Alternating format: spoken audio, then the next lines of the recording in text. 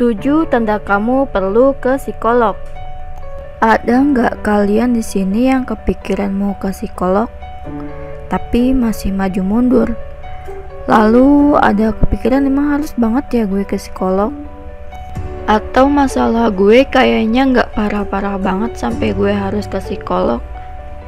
Atau bahkan kepikiran sampai nanti kalau gue ke psikolog dikatain gila sama orang-orang.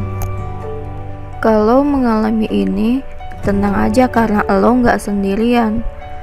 Teman-teman gue yang non psikolog sering curhat ke gue, dan ketika gue saranin ke psikolog, mereka bilang bahwa curhat ke psikolog dan curhat ke teman emang beda ya. Dan jawabannya adalah beda dari cara responnya dan penanganannya. Curhat ke temen bisa dibilang pertolongan pertama lo untuk luapin apa yang lagi lo rasain. Tapi ada area masalah yang cukup jika curhat ke teman aja. Jadi lo butuh bantuan profesional, dalam hal ini adalah psikolog. Jadi sebenarnya kapan sih lo harus ke psikolog dan apa yang akan lo dapatkan jika lo ke psikolog? Ada beberapa artikel dari Psychology Today, Good Therapy, dan lain-lain yang memuat daftar sign you should see a therapist. Dan di sini gue akan merangkum artikel-artikel tersebut menjadi 7 poin untuk menjawab pertanyaan utama di video ini. Kapan sih lo harus ke psikolog? Yang pertama, segala hal yang lo rasakan terasa terlalu intens atau rasanya kayaknya berat banget. Semua orang mengalami stres dan hal itu wajar dalam kadar tertentu. Sebagaimana pernah dibahas di video lain tentang stres. Stres dibutuhkan agar individu dapat bergerak dan berfungsi dalam kesehariannya.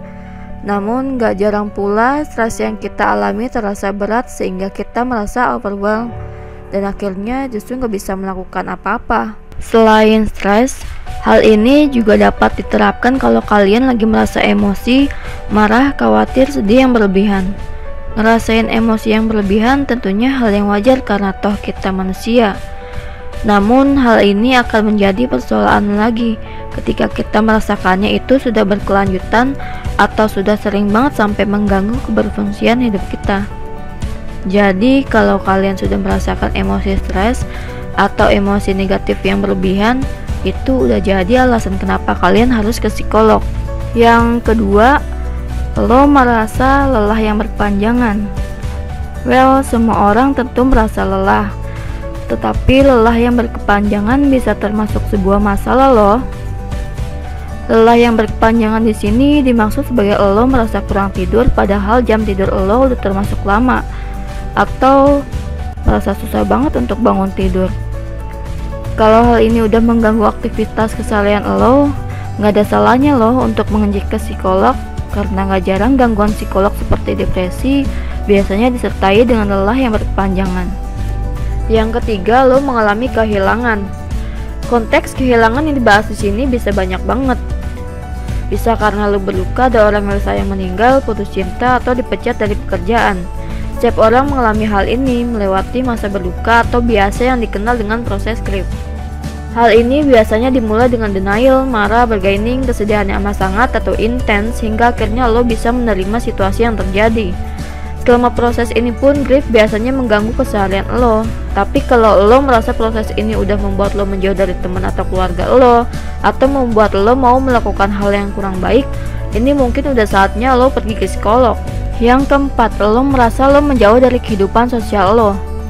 Memang setiap orang membutuhkan waktu sendiri, apalagi kalau mereka yang punya kepribadian introvert. Tetapi lain ceritanya kalau interaksi dengan keluarga atau teman-teman dekat lo yang dulunya merupakan kesenangan bagi lo malah menjadi beban tersendiri atau malah bikin lo stres dan panik.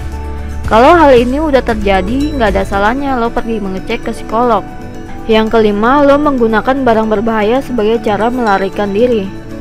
Barang berbahaya di sini bisa banyak, misalnya alkohol atau obat-obatan terlarang seperti narkoba, ekstasi sebagai cara bagi lo untuk keluar dari masalah lo. Penggunaan alkohol dan obat-obatan terlarang merupakan cara coping masalah yang gak sehat, dan ada kemungkinan tinggi bahwa lo akan melakukan lagi ketika dihadapi dengan masalah, sehingga lama-lama lo akan merasa dependent atau tergantung terhadap obat-obatan atau barang-barang tersebut. Nah, dependen dengan obat-obatan ini bisa berlanjut dengan substance abuse yang mengharuskan lo mendapatkan penanganan intensif. Yang keenam, lo ingin mengembangkan diri lo. Nggak ada salahnya jika ingin ke psikolog untuk tahu potensi diri lo atau bagaimana lo bisa memanfaatkan potensi diri ini biar bisa lebih produktif di hidup lo. Misalnya, lo mau merencanakan karir lo, atau misalnya mau merencanakan bagaimana bisa berkomunikasi lebih baik dengan pasangan lo, ataupun hal-hal yang lain mungkin sifatnya adalah untuk meningkatkan kebahagiaan lo. Jadi nggak harus tentang ketika ada masalah, tapi juga bisa ketika lo ingin produktif. Yang ketujuh, lo kepikiran untuk mengakhiri hidup lo. Ini poin paling utama sebenarnya, dan kalau lo udah pernah kepikiran ini udah warning yang gede banget nih untuk segera ke psikolog. Bunuh diri sendiri merupakan pembahasan yang cukup kompleks dan mustahil buat di cover dalam video ini, jadi mungkin akan dibahas di lain waktu. Oleh karena itu, kalau lo udah punya pikiran untuk mengakhiri hidup lo, gue sangat mendorong lo untuk mengecek ke psikolog. Nah, gimana? Semoga lo udah gak bingung lagi ya kapan harus ke psikolog.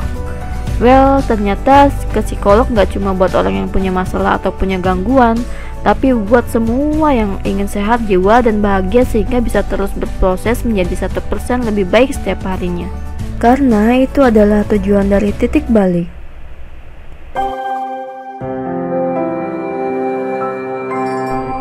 Membuatmu menjadi lebih baik. Terima kasih.